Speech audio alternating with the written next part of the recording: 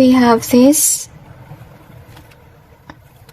We also got this X, okay?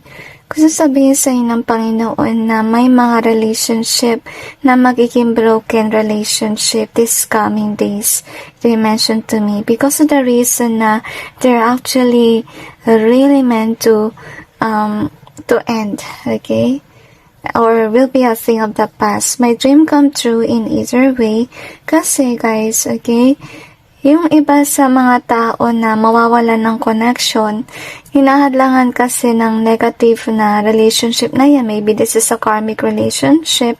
Yung kanilang mga panaginip or yung gusto nila ma-achieve sa buhay. Ngayon, yung mga tao na magbe-break ito sa connection, mangyari niyan is saka pa lang nila ma-achieve yung dream nila kapag naalis sila sa toxic na connection. So, you have the dream. So, we got the dream twice kasi ito yung my dream come true but it's in either way. We also have the dream, okay?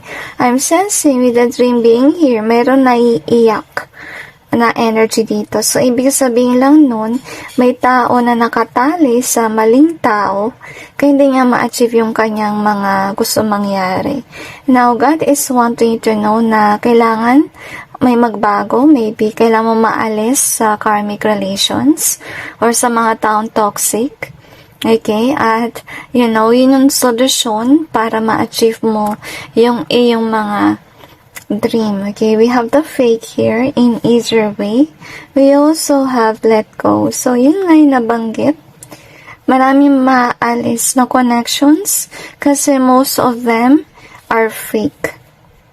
What do I mean by that? So, ibig sabihin lang nun, guys, kung sakaling you're dealing with somebody that is a fake friend, fake lover, kung ano man yan, aalis yun ng Panginoon yan kasi hadlang sila sa iyong mga panaginip or yung sa iyong process with regards sa iyong career or pwede rin sa paghahanap ng tamang tao for you.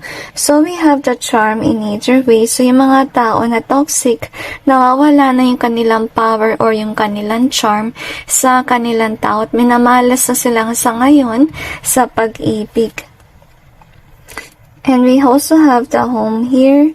Okay, so kung sakali man may toxic na tao sa inyong pamamahay, gusto sabihin ng Panginoon na mawawalan sila ng charm or matatanggal na yung actually na tinatry nila na i-push na talagang siguro pinupush sila yung mga tao malapit sa kanila or tinatry nilang kontrolin or manipulate yung mga tao. So, matatanggal na yun. Kasi, I feel yung anger energy. So, yung iba sa kanila naiinis na yung nangyayari dito kasi sila yung matagal na nagkokontrol ng mga tao. Okay? Parang nalulungkot ang Panginoon na about it. Because of the reason na itong mga tao na to, hindi sila tumitigil sa pang-mess araw ng buhay ng ibang tao. Kaya, nangyari dito is yung iba, hindi na nila na-achieve yung kanilang mga pangarap sa buhay. So anyway, that's it with regards to your reading. I just hope this may give you some insight about your situation. And God bless all of you.